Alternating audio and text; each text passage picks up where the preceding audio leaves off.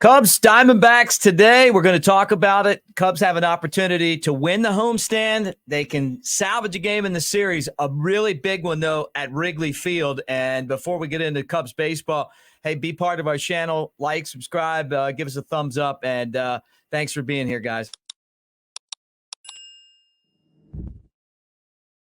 All right, a lot to talk about as the Cubs get ready for today's game, and it's been really frustrating this entire series against Arizona because all of the games have been winnable for the Cubs. And they've lost in extra innings. They've lost these one-run games, which they've made a habit of winning over the years.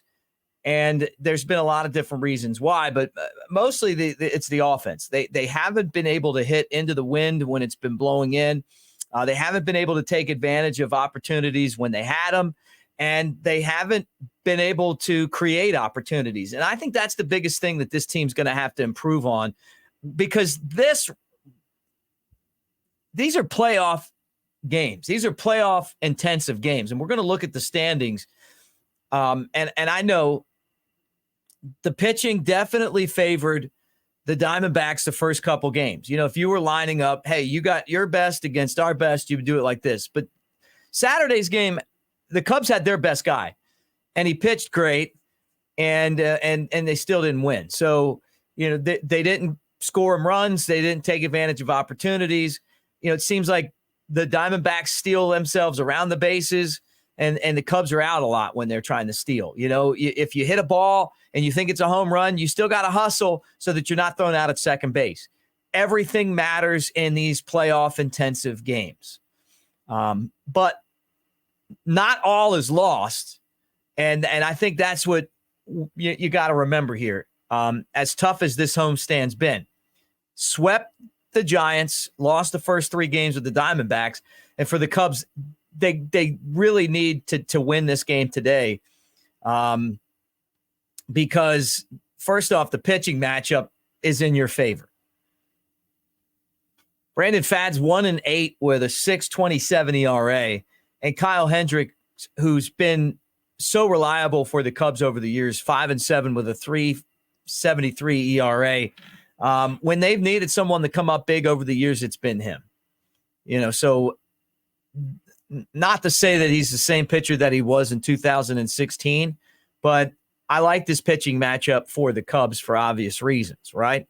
You know, the second thing is that I look at yesterday's game, and as much as I feel like the Cubs missed opportunities, I also felt like Stu Sherwater behind the plate missed a huge strike 3 that he called belly out on, where it clearly wasn't a strike.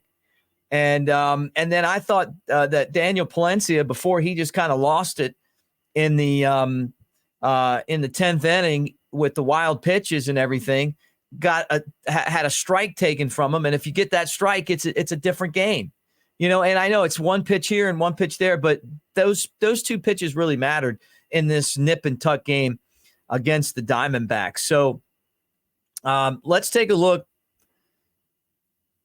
at the wild card standings, because you know, obviously this game matters in those standings, and unfortunately, you know, losing 3 straight to Arizona has put them in a spot where if they win today's game, you know, they're going to be even with the Cubs for that final spot. And what's worse for the Cubs isn't even that you're even with the Diamondbacks, because there's 2 spots. It's that you had a pretty comfortable lead, you know, and now all of a sudden the rest of the pack is catching up. So if the Marlins and the Giants win, you know, you're a half a game up on one and a game and a half on the other, and you're tied for that second spot. So this is today's a must-win game for the Cubs as far as that goes. And then the other thing is that you want to get some momentum. You're going to see these guys again next road trip. So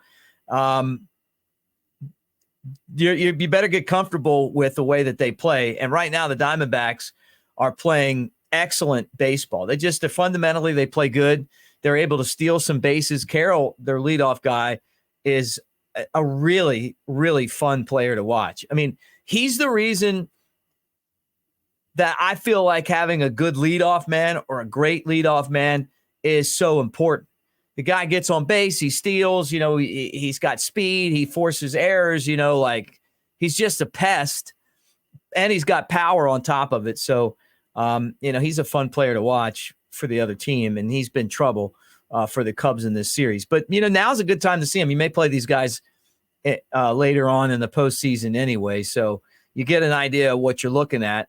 And all's not lost. I mean, just as easy as you put yourself into this jam, you can get out of it. And that's going to take winning games. So let me look at the division race as well. And you'll see that, and I know that you guys know this already, but obviously going the wrong direction, and I talked about this before too. It's one thing to get to within a game and a half. It's another thing to overtake a team. And, the Cubs are now 4 games back, but the schedule, the season's winding down. You're talking about the end of the month. This thing's over. You got one game in October. So you just got to get back on track again. And I think having Kyle Headricks out on the mound will definitely help do that. I'm going to keep an eye on what's going on with the different pitchers that are rehabbing. The Cubs could get some good news really soon on those guys. I'll let you know. Marcus Stroman being one of them. Maybe that helps your starting rotation. It was good to see Jameson Taillon pitch his best start in a long time in the series, but again, the Cubs didn't win. So put your comments in though. Let me know what you guys think. I've already read some of them, and there's a lot of panic in there. Don't panic. I mean, this is just part of it. These are playoff intensive games. And I've said this before, and I know we're kind of split on the way that we feel about David Ross. Some of you guys really like Rossi. Some of you guys don't. I think he's done a decent job this season. And if this team makes the playoffs, then I think he's done a good job. If they don't, then you know what? That tells you all you need to know, because this team's good enough to make the playoff. This team's also good enough to surprise some teams in the postseason and do some damage. But they've just got to do a better job of taking advantage of opportunities. And the best part about playing the Diamondbacks right now is that the Cubs have had, weeks of great games, and they found a way to get the job done. And it hasn't happened the last 3 games. They ran into a team that's playing really good baseball. And with all the things that they could have done better, it's been this close. So we'll see what happens today. And, we'll talk about it afterwards. But thanks for hanging out. Again, Wrigley Field, 120. Fingers crossed that the team gets back on track, and it'll be Kyle Headricks trying to pitch the Cubs back into victory lane, as I like to call it. I'm Mick Gillespie. Thanks for being on the channel. And as I always say, like, subscribe, give us a thumbs up, man. I just appreciate all you guys for being here. Go Cubs.